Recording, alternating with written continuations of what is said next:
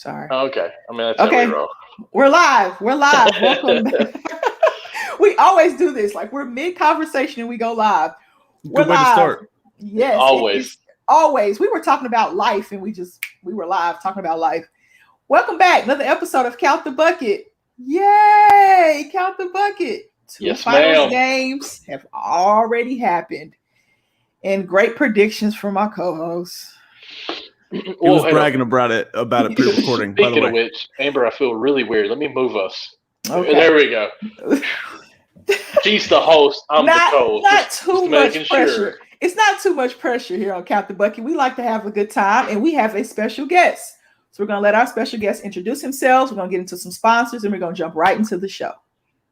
oh, you want me to just go like that? Yeah, Owen, we're Owen rolling. Watterson at O Watterson SI. I write for Clemson Sports Illustrated. I have my own Charlotte sports website, thequeencitycollective.com. Got a lot of good things going on right now, guys. It's been a while. I talked to Amber just a couple days ago, but Michael, it's been a long time. I'm happy to be here. I'm in a hotel in Daytona Beach. I drove probably almost 9 hours today, but I'm telling you, the driving was rough. I texted Amber midway through my driving and asked her if Game 3 was tonight. So that's kind of how I was feeling today. But how are you guys doing? Well, personally, I'm doing great. Just got done with work, which it's been busy. That's not my problem, or not why I'm so happy. The Reds, my favorite team, as you can see, just did I'm going to call it a walk-off. They just hit a home run in the top of the ninth inning to take the lead, and now we finished the game. So we just beat the Brewers 4-3, which is the number one in our division. That makes me excited as I've got my Backs Up Banter shirt on here. Way to plug yourself in, Michael. I love it. I mean, it kind of just happened naturally there. I apologize. Oh, my gosh. I was going to get some baseball hate for a second and say, that's cool, but doesn't matter because there's so many other games in the regular season. I was going to go there. You are 100% correct. There's only 162 games. But, give me this one. And I'm a Reds fan. We take as many wins as we can get, okay? Trust me. We don't get to celebrate them too much. Heard. Well, Michael, I'm happy for your Reds. Hopefully they can hold on to that lead. I'm happy. Oh, it's over. We won. Oh, it's over. You won. Okay, well, great.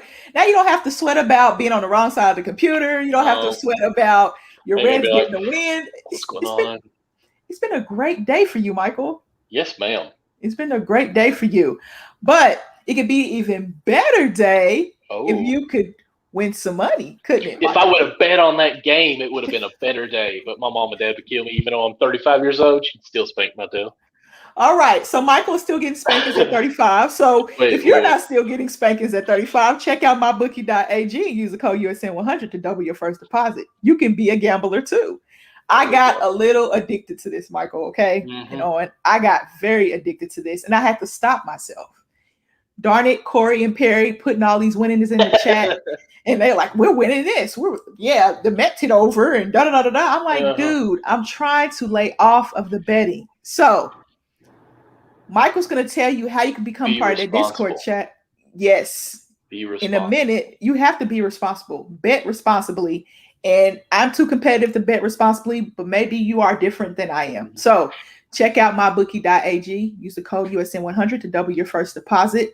And there's a big UFC fight tonight as well. So if you're into that, you can bet on that as well. Now, Michael's going to tell you. I'm going to tell you about this, Owen. When she got into betting, it's when we first began our relationship on here. She's like, you know what? I'm going to get into this. I'm about to move out to LA, I think.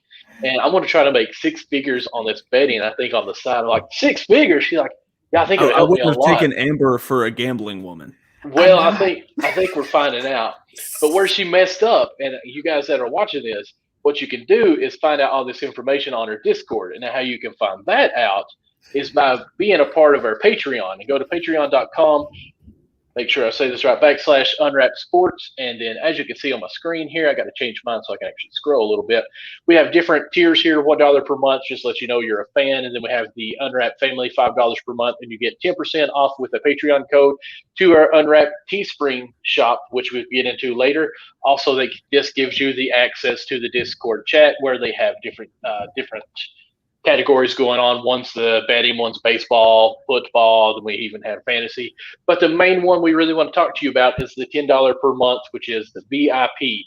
Not only is it 10%, now becomes 20% to the Patreon code through Teespring Shop. not only do you get the 24/7 access to our Discord, but you can interact and be connected with us and join our chats with it. And also, you get entered each month to win some type of memorabilia. Amber, actually, when she first joined, I think she won something. I've yet to win anything, but it may happen soon. I think our last one we just gave out was a Mark Ingram Ravens jersey. So there we go. All right. All under 5 minutes almost. And I see a nasty comment in here. I'm just going to ignore that. All right. That's me. I got rained on my way here. Oh, the weather's man. been horrible. I ignore nasty comments. So if you put a nasty comment in here, I ignore it. You're a nasty person. Have a blessed day. All right. So Connie said, none of us are responsible. You know, Connie, I'm trying to be a responsible adult. I really am. And it's very hard for me to do. So I was on it heavy, and then I took a little break. And then I was like, okay, Amber, you can get back into it when you can. All right. So let's talk about this coaching adjustments. Now, I watched some of game 2, games 1 and 2. We know the results of games 1 and 2. So we're going to start off with our special guest here with Owen. Coaching adjustments. What does Bud have to do? Like, can he make any kind of adjustments, or is it just I didn't know if that's the exact question you were going to ask. I was more so thinking game 1 to game 2 adjustments, but I think that kind of plays in because a lot of people were talking about after game 2 that Bud did not make enough adjustments, that he didn't do enough to try and counteract the Suns. That just was not true. Okay, plain and simple. Like, you go back and look at it early in game 1, PJ Tucker was the primary defender on Chris Paul, not Drew Holiday, which was one of the most anticipated matchups I was looking forward to personally to start game 1. Like, when PJ Tucker was on Chris Paul early, it was really confusing. Not only that, the Bucks, almost all of game 1, they kind of switched off a little bit, did a little bit of drop coverage, but for the most part, they switched every single pick and roll action. You know, the Suns were running slight 21 action, doing little slip screens, running off the ball to get the matchup they wanted every single time. There were so many shots throughout the game that Chris Paul made over the top of Brook Lopez because he simply got the switch he wanted. I really don't understand why people are saying that, because you come into game 2, right? You come into game 2, and then Drew Holiday is the primary defender on Chris Paul, right? They started crowding pick and rolls. They played a little bit more drop coverage. Bud made his adjustments. I'm thinking about it now. I mean, the Suns made 50% of their threes in game 2. Chris Paul didn't have the best game like he did in game 1. And then you go into game 2, and Jay Crowder and Mikal Bridges have the games that they have. Even with Torrey Craig going out, they score 118 points again in game 2. I mean, I'm just not sure how much more Bud can do, especially with how much Giannis is already doing coming off of this hyperextended knee. I mean, scoring 42 points in game 2, Middleton only scoring 11 after 29 in game 1. Middleton's got to help him out a little bit more. I'm sure we can talk about that a little bit more down the stretch. But if the Suns keep shooting like they are, what is Bud supposed to do? I think it's quite interesting, really. I actually, and I'm not saying that I didn't listen here, but I kind of got hooked on the PJ, what all he has done through his career. And I kind of just started pondering there a little bit. Plus, we got another comment here that's childish. But PJ's went from guarding Chris Paul, guarding whoever else, and Amber just left on us. I was wondering why she didn't chime in there. I wasn't ready to chime in, Owen. But she just mentioned beforehand that she is having troubles with internet. I think they're having a storm there. Here she comes back. But, yeah, I really worry about the Bucks. I don't want to get too far ahead. Hey, Amber, welcome back. How are you doing today? I'm doing good. How are you? I think she's still I'm the one that's on hotel Wi-Fi right now. I thought I was going to be the struggle here. No, I usually don't struggle, but that storm just came through like at the wrong time. And I'm like, oh, really? So I'm going to have some struggles. But you guys keep talking. Go ahead. Oh, really? I was just trying to ad-lib there a little bit because you left me there, and I was worried. I didn't know what to do. Yeah. Welcome back, Amber. Well, thank you. I appreciate it. So coaching adjustments. You were talking about coaching adjustments. Owen, where did you leave off? Oh, man. Where did you last hear me say? Oh, man. The matchup with – you were surprised by the matchups in game 1. And then game 2, the drop coverage in game and stuff like that. Game one, like I said, the matchup that surprised me the most was that PJ Tucker came out game one and guarded Chris Paul. Right, I expected it was going to be Drew Holiday from the jump. That wasn't the case. They come out in game two, and Drew Holiday is the primary defender. They start crowding more pick and rolls, playing drop coverage instead of switching every screen that killed them in game one. I mean, hell, they switched so early in a possession in game one that Campaign stood up 5 foot behind the 3-point line because Chris Middleton was inside the arc and drained a three, because that's what they were doing every single possession. Chris Paul got so many shots over the top of Brook Lopez. And then you come out in game two, like I said, they're crowding pick and rolls. Giannis goes for 42 off of this hyperextended knee, and the Suns still shoot 50%. The Bucks were close still in the fourth quarter, and there was just so many disheartening shots towards the end of the game that you saw the Bucks just kind of drop their shoulders and move on, like they just didn't have a chance to get back. I do think Milwaukee is going to come back at home, win game three. If not game three, then they get a consolidation in game four at home, but they're winning one of those two. They got to win one of those two in Milwaukee. I just don't see the Suns in 4, but after my initial prediction, the Suns in 6, I'm on to Suns in 5. That's where I'm at right now. I'm just not sure what else Bud can do. Okay. Go ahead, Michael. I will say this. I was a little worried because I'm a Suns, all the way on this. And the way that I'm sorry, I'm trying to text here. I'm getting Connie to take care of her lightweight here. But the Suns were deadly from 3-point line, and they still didn't have that separations from the Bucks in that game too early. As it kind of went on, they still kept it close. And what I was afraid of is that the Bucks are really going to hold on through this, take the punch in the mouth, and answer back on this. So I'm really excited to see what the Bucks are going to do at home. And I was talking to my wife about this, who absolutely knows nothing about sports. And I was like, we were talking about this. I predicted this. I think this may happen here. She's like, but why? I said, well, when you're a team that's never been into the playoffs of any sort, and then or to the finals in this matter, and you're playing on the road, it's going to be tough. It's going to be hard. But, when you come back to your home court where you're finally back to your fans cheering for you, you see the faces that you've seen all season long, you got that comfort back to you. And I think the Bucks are going to come out in game 3, and I think they're just going to come out top, jump out like a 10-2 lead like they did every so often against the Hawks, it seemed like. And they're going to give it to the Suns in game 3. And that's where I really think some adjustments are going to happen through Williams on the Sun side, and they're going to go 4 and 5 and possibly just end it right back at home in the Sun. Now I want to play devil's advocate a little bit here for the Milwaukee Bucks, because Torrey Craig is hurt. Torrey Craig, I think, they traded him to Phoenix for cash considerations, and he's been stellar. I think he could go to almost any other team in the league and be an automatic veteran contributor, role player off the pine. I think that's just the kind of guy he is. He really had a resurgence under Monty Williams, which is awesome to see. But now he's out along with Dario Saric, and that means bingo bango, Frank Kaminsky's playing important finals minutes. Frank don't do the woo. No, we don't like Frank Kaminsky around here. Okay, we don't like Frank Kaminsky. The best part about game 1 for me, prayers up for Dario Saric, but when he got hurt and Frank Kaminsky came in 5 minutes later and fumbled an offensive rebound, I laughed the hardest I have in a long time.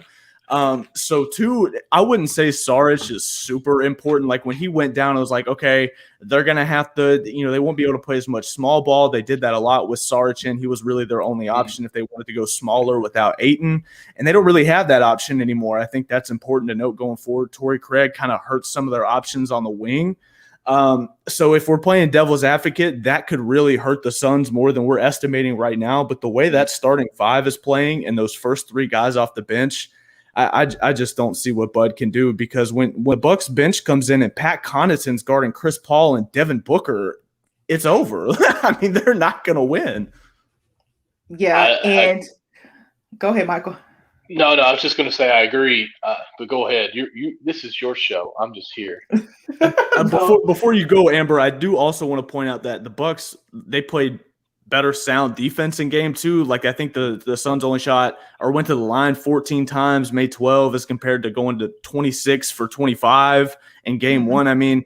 They did what they could do to try and slow down that offense, and they still scored the exact same amount of points on 50% shooting.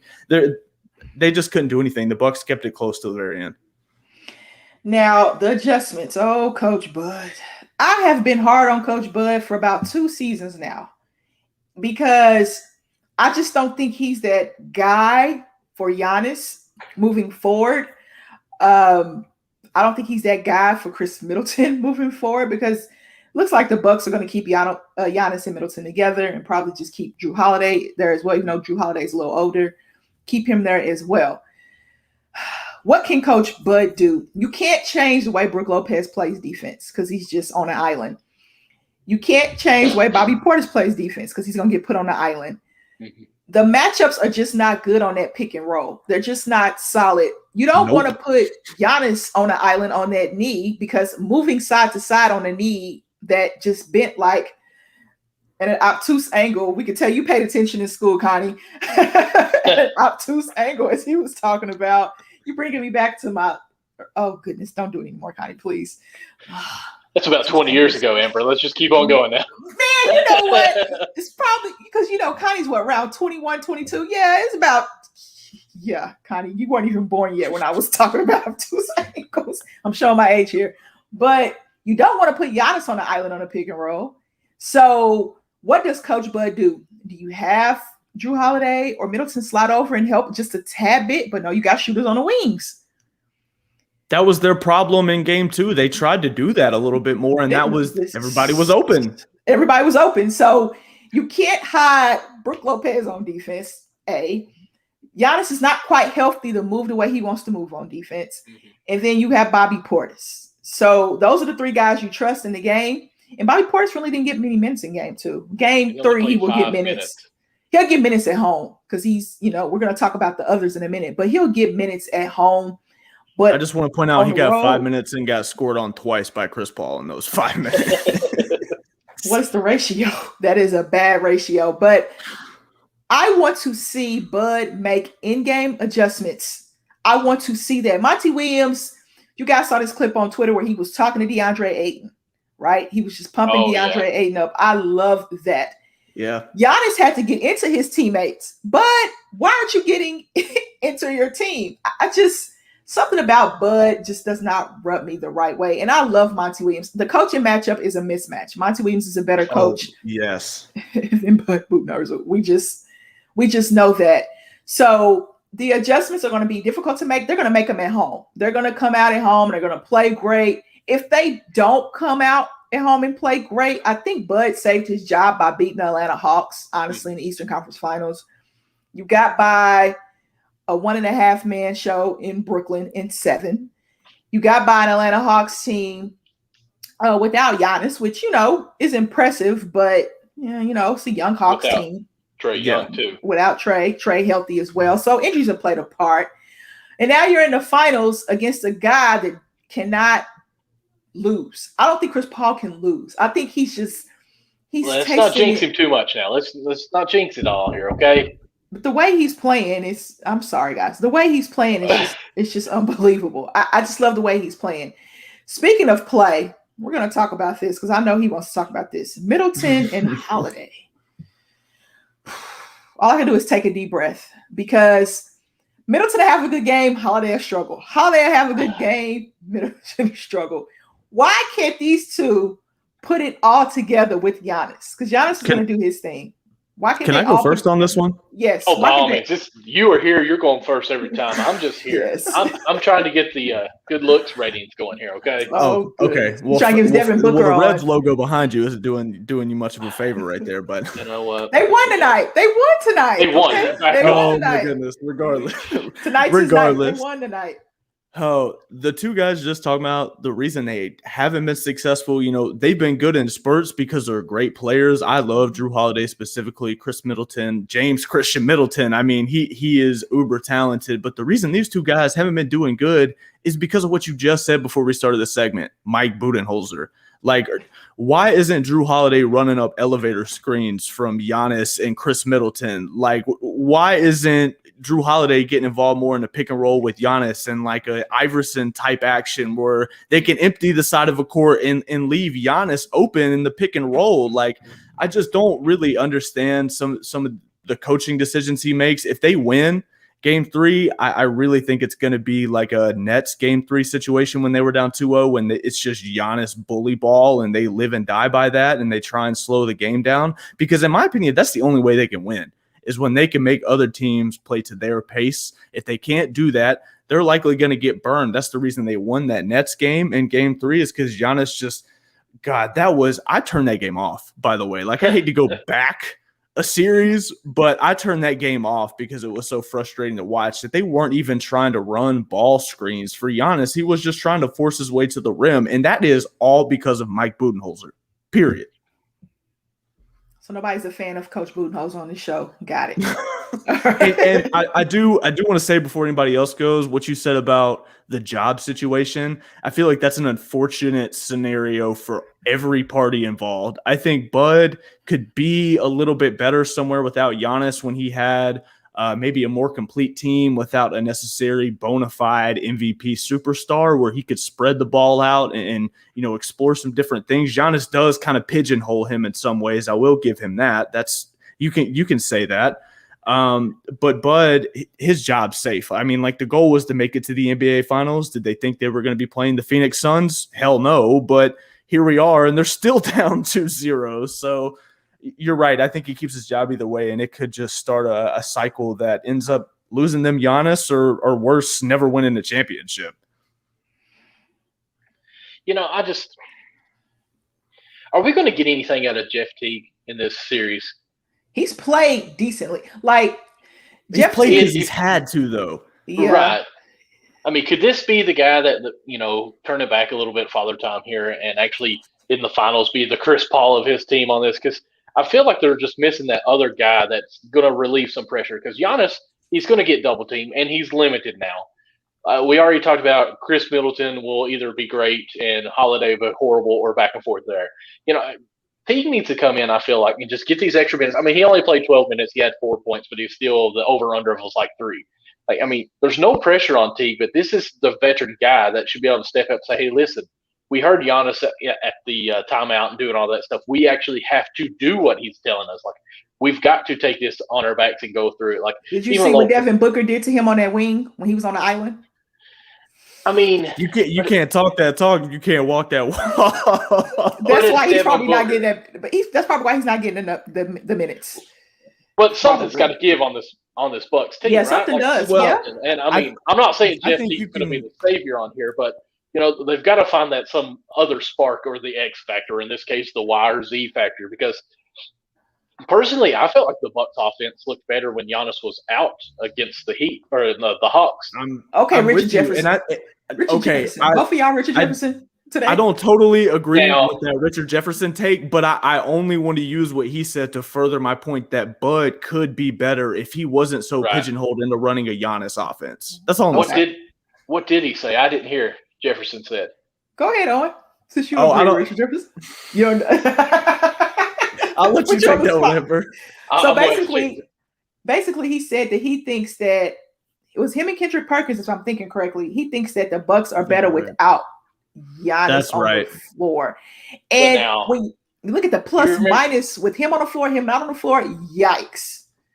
I agree, but I actually did kind of make that suggestion last week on our show. Yeah, I did. Yeah, just plug everything in. I just don't think he's a 2-time MVP, 2-time Defensive Player of the Year.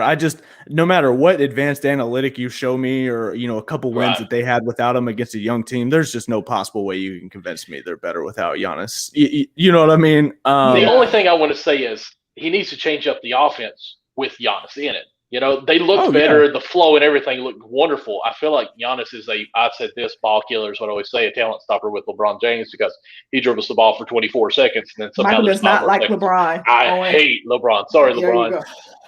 Can we have that argument? Because if that's how you feel about LeBron, well, I can go at it with you for these last couple argument? I just don't like him. I liked him Cleveland 1.0. 2.0, I hated him. Anyway. Okay. We can finish finals talk before some LeBron. I just feel like Giannis needs to lose the ball some because if they have a chance in this, I feel like Holiday has to be scoring 20 points, and I feel like Middleton has to be scoring 20 points. Mm-hmm. So we've got to set up plays more for them to get them going. You want me to tell you what I think would really change their entire offense that they just don't have a real point guard? Point guard. I mean, Giannis bringing the ball up every time. Right, that's what I was about to say. Like Giannis should not be walking the ball up the court ever. I don't care that he's an MVP. I don't care that he can handle the ball. I don't care that he can move better than anybody else's size. There is no reason that man should be walking the ball up the court. He needs to be moving off the ball and moving, setting screens for other people, because who on earth, like there were a few guys in the NBA that could get around a really well set Giannis Antetokounmpo screen. Mm-hmm. Like you could use him to get virtually anybody else on your team open, and he hardly ever does it. I got so much beef with Mike Budenholzer, but I almost feel bad because we haven't given enough credit to Monty Williams. Oh, I've fallen in love with Monty Williams this year, and I would say probably in the last month or so, yesterday, just to be honest, seeing an article about him and just what all he actually has went through. He's a great guy, wonderful guy. I heard a bit more about how his wife died in a tragic car wreck, but not even Oklahoma City. It spoke more about his character at the funeral. There was a lot of clips on there and how we should be as people. Wonderful guy. Kudos to him just for that.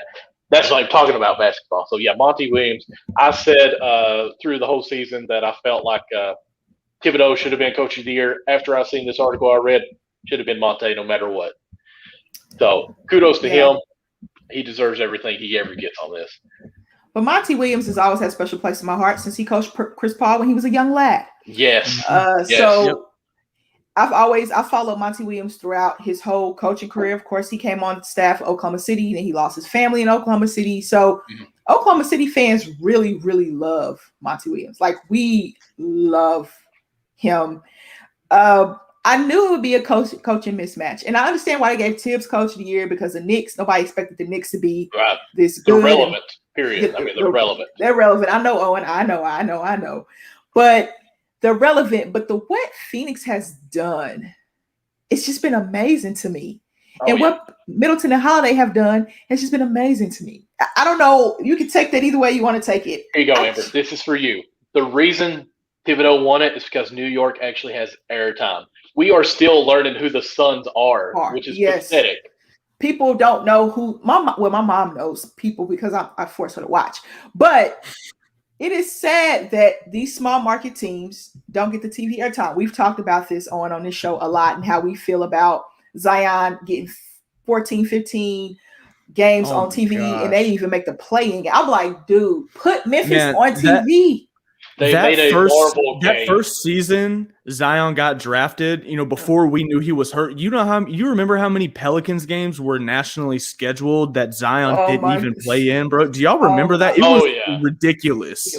I mean, they changed the play-in game to have a play-in game for Giannis. Or not for Giannis, for Zion. Zion, yes. To try to make the Pelicans win it, and they still couldn't do it. Like, I'm surprised the refs didn't guys, just stop playing. We're going to let the Pelicans in this, okay? It's just, it was pitiful. It's really hurt basketball, I think, just a tad bit on that. And maybe these small market teams can get some more love, because people don't really know who Middleton or Holiday are. They were like, who? Because the way the NBA set up, I know it changed in the 90s with Jordan. They want to kind of center the NBA around Jordan. They pick their darling. But there are other guys. Every year they pick their darlings. There are other guys that have really showcase their talents, and the NBA talent is so spread out now, and it's getting younger, and I love that. I love this new blood in the finals and in the playoffs. What I really like to see is Middleton and Holiday and Giannis all have great games. Okay, be the big three that you're supposed to be, because you know what Phoenix's big three is going to give you. You have to match what Phoenix gives you. Because we're going to talk about it a little bit. That's going to be our next segment. The others. Your others are not as good as Phoenix's others. Phoenix's others. Not at all. Not close. So you have to give max effort. To sum it up simply, the Bucks are missing Dante DiVincenzo way more than they should. Period. The Suns just lost two guys in the same series, and we're hardly talking about it because that's how deep they are. I don't know how much better to say it. When those top three aren't playing good, and even when Giannis plays good and one of the others doesn't, they're relatively screwed because Chris Paul played bad. Jay Crowder, Mikal Bridges picked up the slack. Mikal Bridges, one of my favorite players to watch in the entire league. He does absolutely everything. He moves off the ball. He screens well. He can defend 1 through 4, 5 if it's a small guy. Oh my gosh, I love watching those guys play, and the Bucks just can't even touch them when they have their second unit come in. And I think a good game for Drew Holiday could look like holding Chris Paul to less than 15 points, maybe causing 4 or 5 turnovers. Like if that's what his good game is, and he scores 10 points, that's a plus for the Bucks. Yes. I think, if you stymie Chris Paul in some way, PJ Tucker's got to do a better job on Booker, but when Booker takes PJ Tucker, you can tell he's lost a step since Houston. When he takes Tucker off the first step and gets to that mid-range spot, it's almost over with. I don't know many guys I've seen since I've been watching Devin Booker that can guard that pull-up mid-range shot. It's really beautiful to watch. And the top-heavy talent, I think, I don't know if this is a hot take or not, I think is better than the Bucks talent. I mean, I'd take Paul, Booker, and Ayton over Giannis, Holiday, and Middleton any day of the week. And then once you go down, I'm taking the Suns over the Bucks, and I'm just not sure that they pick it up in Game 3. I really would not be surprised if the Suns go up 3-0. Like the more we've been talking about these last 30 minutes, I'm really almost convincing myself that the Suns are going to go up 3-0 tomorrow night. Don't. That's not what we're here to do. We're going to win one. Easy. That's not what we're here to do. We're not here to convince you, but the others for me, Mikal Bridges stepping up. Jay Crowder, he doesn't have the greatest game offensively, but defensively he played pretty great in Game 1. And then Game 2, he has a pretty decent offensive game. Cam Johnson, love me some Cam Johnson. He was the best shooter in that draft. It looks like he can't oh my miss. God, that jump shot is beautiful. It is. It's gorgeous. It is gorgeous. And Cameron Payne, however he gets that shot off as a lefty, I love it. All the dancing he did in OKC has paid off. He went overseas. Monty Williams calls him up. Hey, come play with us in the bubble. They play in the bubble. I'm a lefty. I got a lot of love for campaign. That thing. Hey! Oh, lefties. All three of us are lefties here. All two of you are lefties. No. I'm not a lefty. I thought you were a lefty, Amber. I can use my left hand very, very well, though. Anyways, continue, Amber. It's all good. But Campaign's shot is a little unorthodox, but he goes in. But he finishes some crazy shots around the rim, if you guys haven't seen that. But the others for the Suns are better than the others for the Bucks. Now, will the others for the Bucks play better in Game 3 and 4? Yes, they're at home. They are at home. But Chris Paul will calm the others down. Monty Williams will make adjustments. He will snatch Campaign out a game in a minute and put Chris Paul back in. If you guys notice, when the game gets out of hand, he snatches Campaign out. If he's not playing the way Monty wants him to play, he sits him down like, look, take a quick breather. We're going to put Chris Paul back in and we get this lead back up. Then we might put you back in. That's the in-game adjustment I'm looking for. Forbes will play better. Portis will play better. Lopez will play better. I mean, he played okay in Game 1. He made some threes, but that's just because he was left open, really. I mean, they got those 3 other dudes to deal with. I think they're okay leaving Brook Lopez open. Yeah, and, he's very much an X factor for the Bucks because if he can just get in the paint and do damage in the paint, they'll be better off, but Giannis is in the paint. So you got 2 guys. One guy has to be on the perimeter. And I'd rather Lopez be on the perimeter than Giannis, honestly, because Lopez shoots better from the perimeter. But I like Lopez's inside game. I do. Oh, yeah. I do. I mean, that's how he made a career. Yeah. And then he just said, okay, I'm going to start shooting threes now, which a lot of NBA players have decided that that's what they're going to do because the game has changed. But the others, it's just a mismatch. Go ahead. I just wanted to say a lineup that I really want to see the Bucks mess with that I know they've done it because it's small ball. Giannis has been the biggest guy on the floor, but I want to see Bud legitimately try to run Giannis at center. I mean, this not handling the ball, and you bring up a lineup where you have Giannis, Tucker at the 4, you have Middleton, Holiday, and maybe Teague because they don't have too many other options off that bench. Maybe you put in Bryn Forbes and put Holiday at the 1. I mean, that guard spot is kind of up in the air if you wanted to mess with something like that. But then you have Giannis kind of roaming, being able to control Ayton, who didn't have as great of a game too. But I think Amber was onto the right road when this group I don't think is going to be rattled at all by Milwaukee in Game 3. I mean, they've gone up 2-0 looking like an absolute professional team, and they're a group of youngsters other than Chris Paul and a couple other role players. I don't think that environment is going to stymie them at all. So if that's the case, then the Bucks are going to have to bring their best. And I'm just not sure what they're doing right now in the two variations we've seen is going to work. I'm going Suns up 3-0. I'm making that call right now. Is He it a already Chuck? changed Is it a his mind. guarantee? Is it a Chuck guarantee? It's a Chuck guarantee, baby. All right. I like it. I need that clipped, man. I'm just going to say this about the others. I feel like the difference is the Suns are the same team when the others are in. The Bucks are almost a totally different team, a whole different sketch or scheme or a style and everything. And it's almost like the head coach has to coach two different ways on these teams. And you mix those lineups in different situations. What are you going to do? Who's going to be that guy? Who's going to still go? Your play styles don't mesh. They don't go together. You can't. I mean, you're trying to intertwine stuff, and it don't work that way. When you got the Suns, I mean, Chris Paul is the man of that team with Booker. Mm-hmm. You put in Payne. Payne knows that he still is going to play just like Chris Paul, but some players are going to just be going to Booker, in that situation. When you take out Giannis, there's no one that's really going to be replacing Giannis' style. And everything is designed around Giannis on that team. Let's just be honest. That's the team. And if something goes on there, it's just haywire. Like, I'm sure Bud probably has a page of plays that are marked off in 3 different categories. Okay, when Giannis is in the game. Okay, when my string 2 is in the game. When my string 2 is also with Giannis, this is what I got to do. When you got Monte over here. When Giannis is in the game, his go-to is just ISO. Yeah. Pretty much. And I feel like that hurts the flow for everyone. Like, that's my difference in the others. I feel like the others are replaceable with the main guys for the Suns. And that's why it's a smooth vessel, a smooth ship that you can't even tell. Like, if you don't pay attention to the game, you're just kind of watching, like, oh, I didn't know the second stringer in there because they look exactly the same.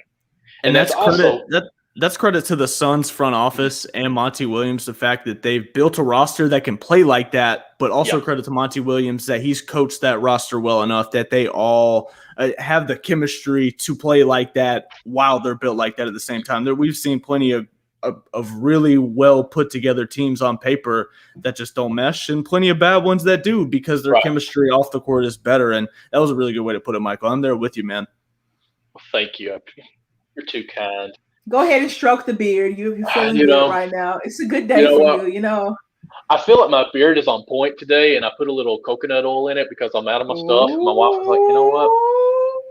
They told me at work the other day that it was looking bad and I needed to shave. I was like, that's not happening. So I was like, let me just put some coconut oil in that. You know what?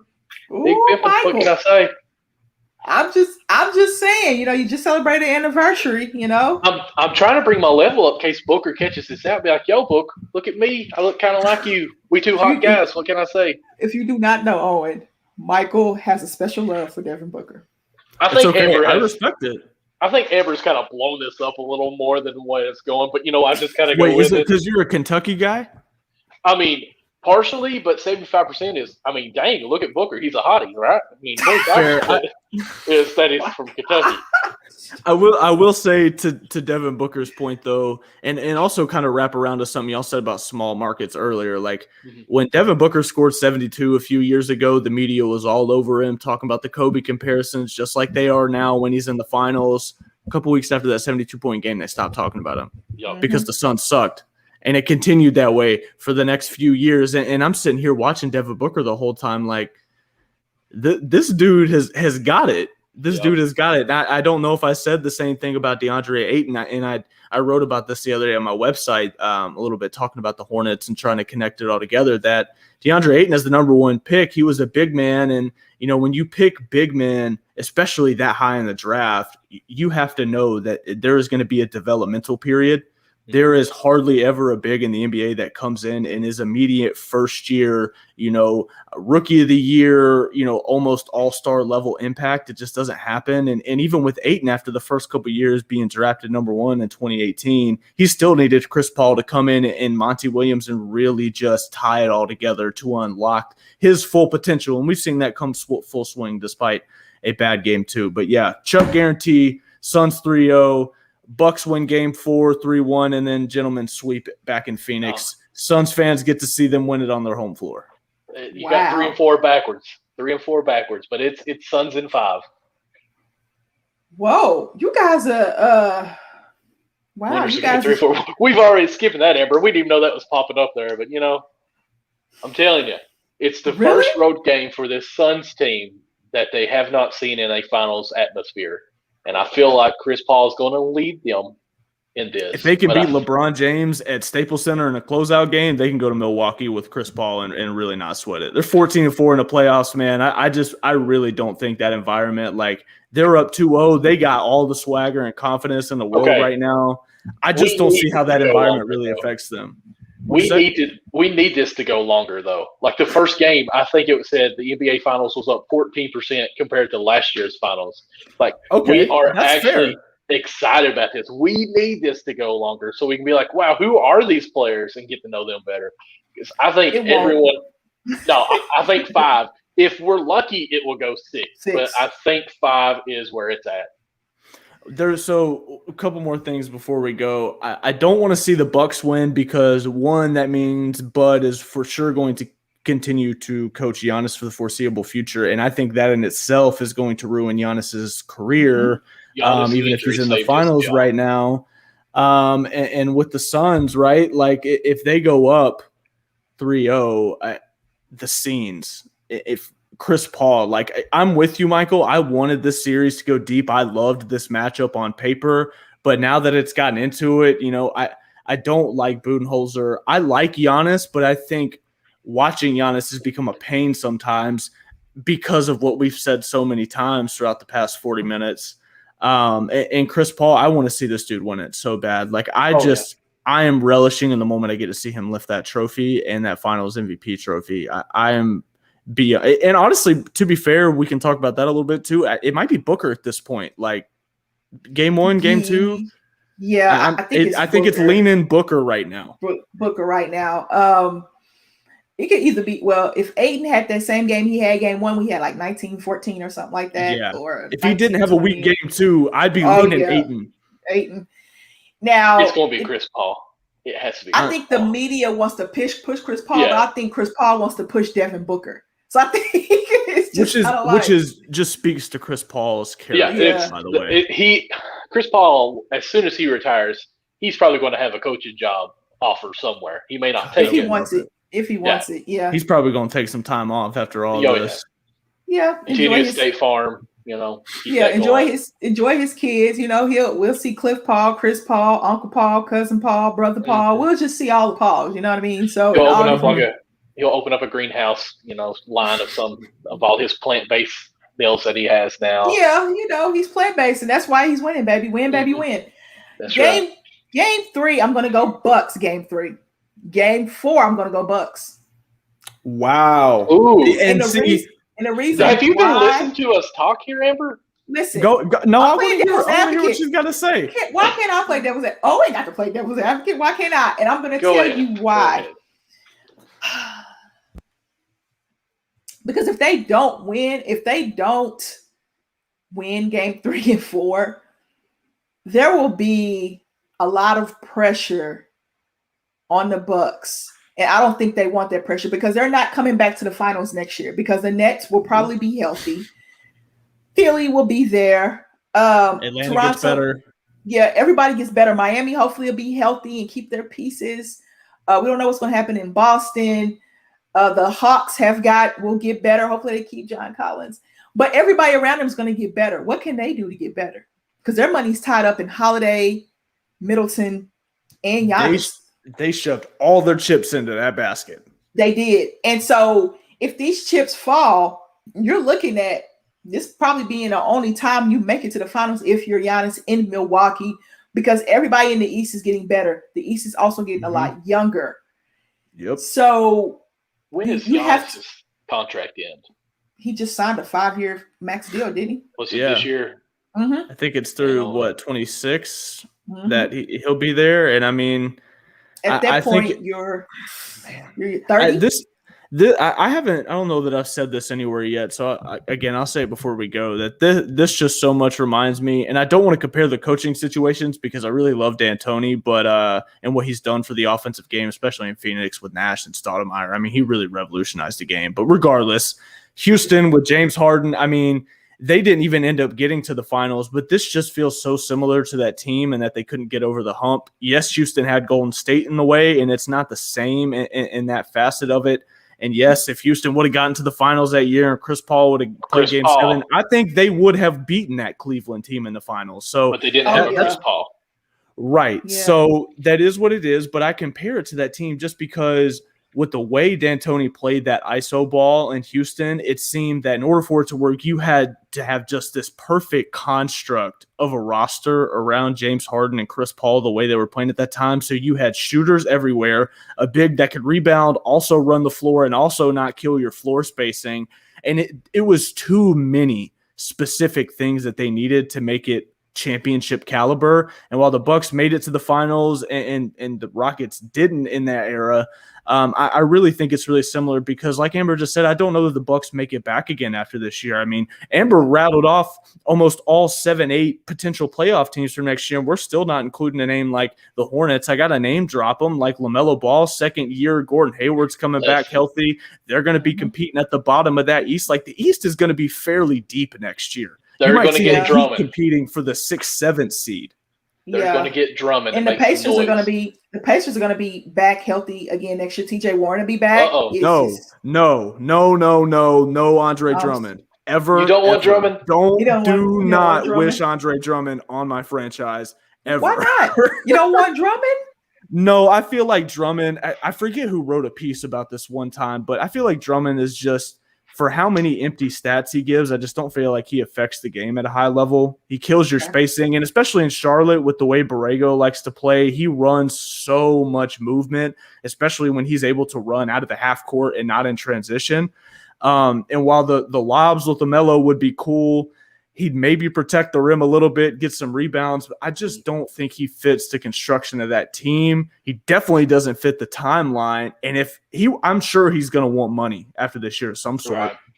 Why it'd be the most Hornets thing ever to give Drummond an almost max deal. Jesus Christ. But if that happens, I will be a very bleak Hornets fan. Okay. Well, who do you think they go for? What? Richaun Holmes. That is by far and away my top option right now. I think he's super versatile, pick and roll, both on offense and defense. The reason I brought up that Iverson pick and roll action earlier is because I was watching Hornets film the other day, and Borrego runs that action a lot, except with Cody Zeller and Bismack Biyombo, who can't catch the ball or play defense. And with Richaun Holmes, who has this little push floater, I think he was top 3. I saw it on Cleaning the Glass the other day. He was top 3 in the NBA last year, between 14 and 4 feet in the short mid area. It was Hassan Whiteside and I want to say one of the Lopez brothers. Only those two shot a higher percentage of their total shots. Probably Robin, because Robin shoots that hook shot. Hook shot. I believe it was those two, and he was third in as far as amount of shots he'd taken from that area. So he provides a lot of versatility as far as shot selection off the pick and roll, and he defends it even better. He can move laterally. He can play drop coverage. He can play to a way that the Hornets' point of attack ball defenders aren't constantly worried about what's behind them. They can hedge harder. It'll just make everything easier. And Andre Drummond is not that guy. Okay. So me and Michael were on the Andre Drummond train to Charlotte, but you don't like it. Okay. So where could you possibly see Drummond landing? Who could pay Drummond that money? That's a bonus question for you. That is a bonus question. I'm looking around the league. I'm thinking, yeah, New York could, but you got Mitchell Robinson in New York. Do you give up on Mitchell Robinson?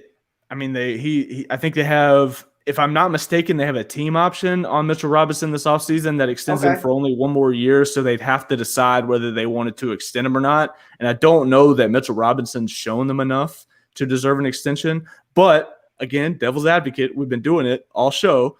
Mitchell Robinson also hasn't shown enough to deserve a big contract. So that could play into the Knicks' favor if they want to do 3-4 years. Like maybe they get lucky and get him $5, $6, $7 million. If that's the case, I think it's a steal of an extension. But Drummond could go there. I think Tibbs could get more out of him than just about any other coach, if we're being honest. And hell, maybe he goes back to L.A. Maybe he just doesn't like what he sees in the market, and he signs a minimum and goes back and plays with LeBron. Who knows? But I would want my payday. If I'm Andre Drummond, I want my payday. I'm with you. I think he's a weird fit on a lot of teams. I'm trying to think about it off the top of my head, and his game is kind of outdated. Yeah, Portland doesn't have the money, and now that I said that, there aren't. I know a little bit about this just because I've looked into Hornets offseason stuff, that there aren't too many teams at all this offseason that have a ton of cap space. So there's guys like Duncan Robinson that is going to be wanting upwards past $10 million, and I just don't know that while on an open market with a lot of teams with cap space, like last year, he would have gotten something like that. Like what's his name in Washington, Bertans. I still can't believe they paid him all that money. 4 years, $80 million. 4 years, $80 million, right? Yeah, I think that's right. Luke Kennard got paid a lot of money too with the Clippers. I was hating on Luke Kennard on Twitter, and then he came in and actually played some decent playoff minutes. So I'll give Luke Kennard his credit, but he's not worth $64 million. No, he's not. And I'm trying to figure out how Andre Drummond's game could be on a team that's either compete. Could he go to Boston? Ooh, Boston, now that you say that, actually I think could be a really good fit. I don't. Now that they have Kemba, I mean, they have Horford back now. I didn't think about that. So, well, Horford can play the 4 because he can stretch it. He can play the 4. That's true. What's the situation? I mean, what about Robert Williams and Tice? Are they both back? Well, Tice is gone. He got traded. Williams. That's right. You got Robert Williams there, so that wouldn't work. Never mind, because you're gonna start Robert Williams, possibly, maybe. I mean, maybe Sacramento. They're pressed They're pressed for cash. I know that because I've looked into the Holmes stuff, and if a team throws a big offer sheet at Holmes, I doubt the Kings match. They with the Aaron Fox's extension coming up, and they got to get Buddy Hield and Harrison Barnes off the books. They got to think about Bagley, what the hell they're going to do with him. The Kings got a lot of questions, so maybe he goes and fits there on a $20 million deal for a year to get his money. Well, I'd actually really like to see Andre Drummond and Russell Westbrook play together. You don't like Thomas Bryant? I'm a huge Thomas Bryant. I like Daniel Gafford a lot. I like Daniel Gafford a ton. And now that you say Thomas Bryant and Daniel Gafford, Andre Drummond also doesn't fit there. All right, guys, let's just put him on the Bulls, okay? I mean, nobody knows what's going on with the Bulls anyways. I mean, you guys got Vucevic and still are about in the same spot you were 365 days ago, so it's a little tough. Yeah, Amber's shaking her head. Oh, my goodness. I'm going to name one more team. Maybe. I'll say maybe. Detroit. You're funny. Maybe Toronto. You just bring Boucher off the bench. You got Pascal Siakam at the 4. Maybe. San Antonio? I was actually just looking at the Spurs because, I mean, you're getting L.A. back. Did y'all see the Spurs were talking about trading Dejounte Murray and what was it, Derek White the third, I believe? They better not trade Dejounte Murray and Derek White. That's why I was so surprised. Derek White was one thing, but Dejounte Murray, who knows? I didn't see any what exactly they were looking for. Just that they were trade talks. They're open to it. Right. Which I think is. That's bait. I mean, to say that these NBA teams don't have conversations with each other about the availability of their players every other day, every week, like that's ridiculous. They're always talking. Not everybody is always available for trade. Obviously, like if someone calls Mitch Kupchak, LaMelo Ball is not in anything, right? So there's that on a lot of teams. But for the most part, core rotational players like these guys are talking all the time about what could go down and how can we help each other and be beneficial. There's always talks. I just think somebody gets a hold of it and wants to make a story of it. So I doubt Dejounte Murray's going anywhere. He is really, really talented. He's one of those other guys like a Booker we were just talking about earlier that doesn't get a lot of attention. And I think if they ever put a decent team around him, he could really be a star point guard. On the ball, he's a great defender. Oh my gosh, he is I'm trying to a pest is the best way to put it. He doesn't back down from anybody on the ball. He can guard. I don't want to say 1 through 4, but 1 through 3 most of the time pretty well. 3 maybe not as proficiently on ball, but off ball I'd say pretty good because he's got the height. So yeah, I'm about out of breath. We've talked a lot of basketball. This is what you wanted to do, right? This is what you wanted to do. I will say it is. I haven't talked basketball this long with anybody in a while, so it's been a lot of fun. It's been fun. We have fun on this show. Owen. We We do. really do. I'm We gonna keep do. it real. Come back. Yeah. Hey, anytime you seriously want to come on back, you just come When on the Suns back. win Game 3, maybe I should.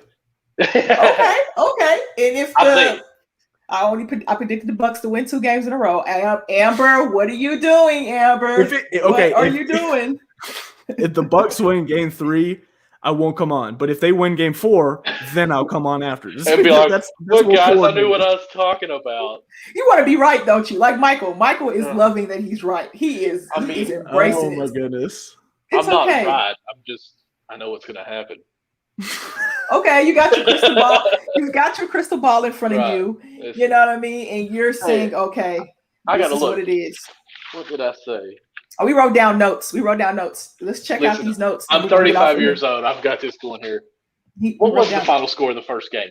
Because I said I think 105, 118, and then Game 2 was 108, 118, I believe. I said Well, 107, the other way around. 101. What did I I say? think you didn't give a score because I said Chris Paul's getting a triple double and it's going to be 107 to 101. And you're like, what? And I'm like, Oh, I thought you asked what the scores of Game 1 and 2 were. no, just Yeah. one. My bad. Just game Just one. one. What about? Did we make Game 2 predictions? What did I Oh, say? wait. Yeah, Yeah, you we did. I wrote it in a did. different color. Amber, you said plus 10, game 1, Booker 25 plus 8 and double. Chris Paul, double digits in assists, and Holiday plus 20 points. Ooh, here's a question for you guys. Suns over under 105 points, Game 3. Over. Over. Wow. Okay.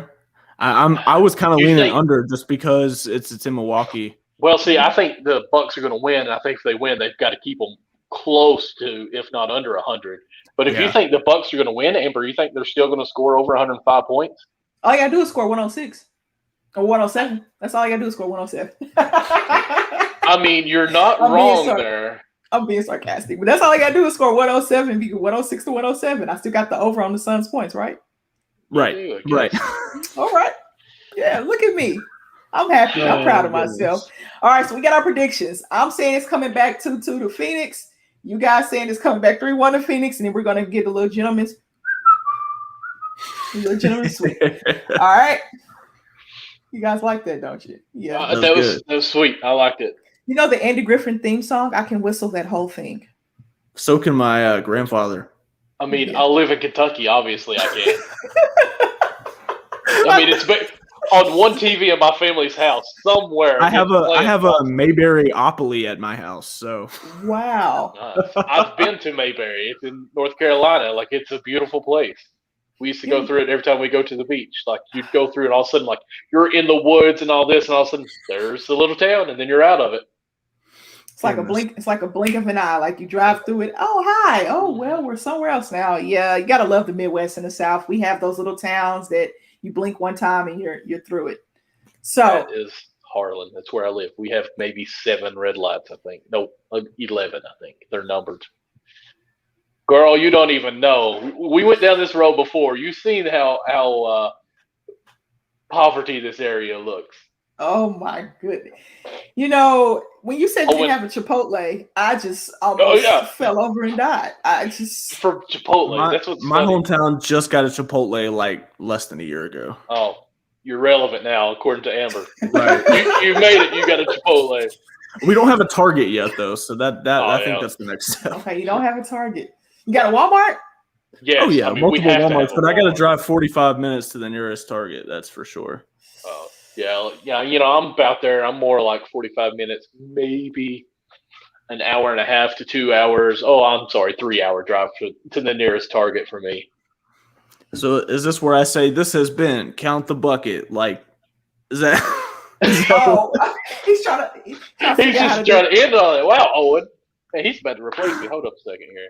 Oh Let's my go ahead and god! do this. Oh, there we go. All right, we're good now, guys. Like, I hope I'm not keeping anybody up right now in this hotel. That's all right. All right. all right. So All right. Owen's gonna sign us off. well, Go ahead, Owen. can I at least do a plug first about some of my other stuff? Come on. Thank Okay, you, Michael, go for ahead. coming on the show tonight. It's Go grateful ahead. for Thank you. I appreciate it. You know, oh, and you did a wonderful job co-hosting. First, I'd like to say, guys, go to teespring.com/store/unwrapped. I don't know if we really went into that one very much, but you can get all of our merch as I come in closer. That is my baseball show that I co-host with I say Connie. He goes by Connie. His last name is Conover, so he goes by Connie. It is a guy. It's kind of weird saying Connie sometimes, but it's Thursday night at 10 p.m. Eastern. We just started a Twitter account on that, which sounds so weird that we just started that. We've got the Baseball Unwrapped, which is the unwrapped version, and since we got a show, we're kind of getting that going too, because we just feel like that can get us better guests going on that way. But anyways, I'm rambling here. MT Lawson 00 is my Twitter. Go follow him. Backstop Banter. Also, of course, Count the Bucket. We do everything wonderful. Teespring.com /sports/unwrapped finds all of our stuff, even like our logo over here. We've got some cool stuff. Amber's got her Ladies First beautiful logo. Hey, Owen, if you've not seen it, it's the best logo I've ever seen made. It reminds me of Mickey Mouse, but I love it. And find out all good stuff there. I was in my head the whole time I was trying to actually say stuff. It's like, Owen is like kicking my tail on this. I've already been moved down. I'm done. And I'm horrible. It's okay. We have one more sponsor, of course, and they're always going to send us out. Just follow me on Twitter at simplyme_AV. The link tree is in the bio. That's all I'm going to say. She got a link tree. Owen, like she was here for like 5 days just doing everything she does. She's got a podcast with someone in Australia. She's got all these Ladies First shows. Yeah, Amber does a ton of stuff. I think Amber could probably go the next 5 minutes doing her shameless plugs. But just follow her on Twitter and you'll find them all. You'll find them all. There you go. There we go. And then you have sore achy muscles like I do in my 30s. Don't you do it, Michael? Check out by the time I write down everything she has, I need this. There you go. Check out rxhemp.com. Use the code RXHemp/USN to get 10% off your entire order. It's warm and cool CBD cream. If it does not kick in, trust me, it kicks in. All right? Don't 10 minutes. Give it 10 minutes. Don't keep rubbing cream on. We had an incident. Not me, but within the network. Nor myself. Nor myself. He said, "Oh man, I didn't know it was kicking in like that. It kicks in. Pay attention to the dosage." Check out rxhemp.com. Use the code RXHemp/USN to get 10% off your entire order. Go ahead. Thank you guys for listening. At O Watterson SI, this has been Count the Bucket. Did she hit stop?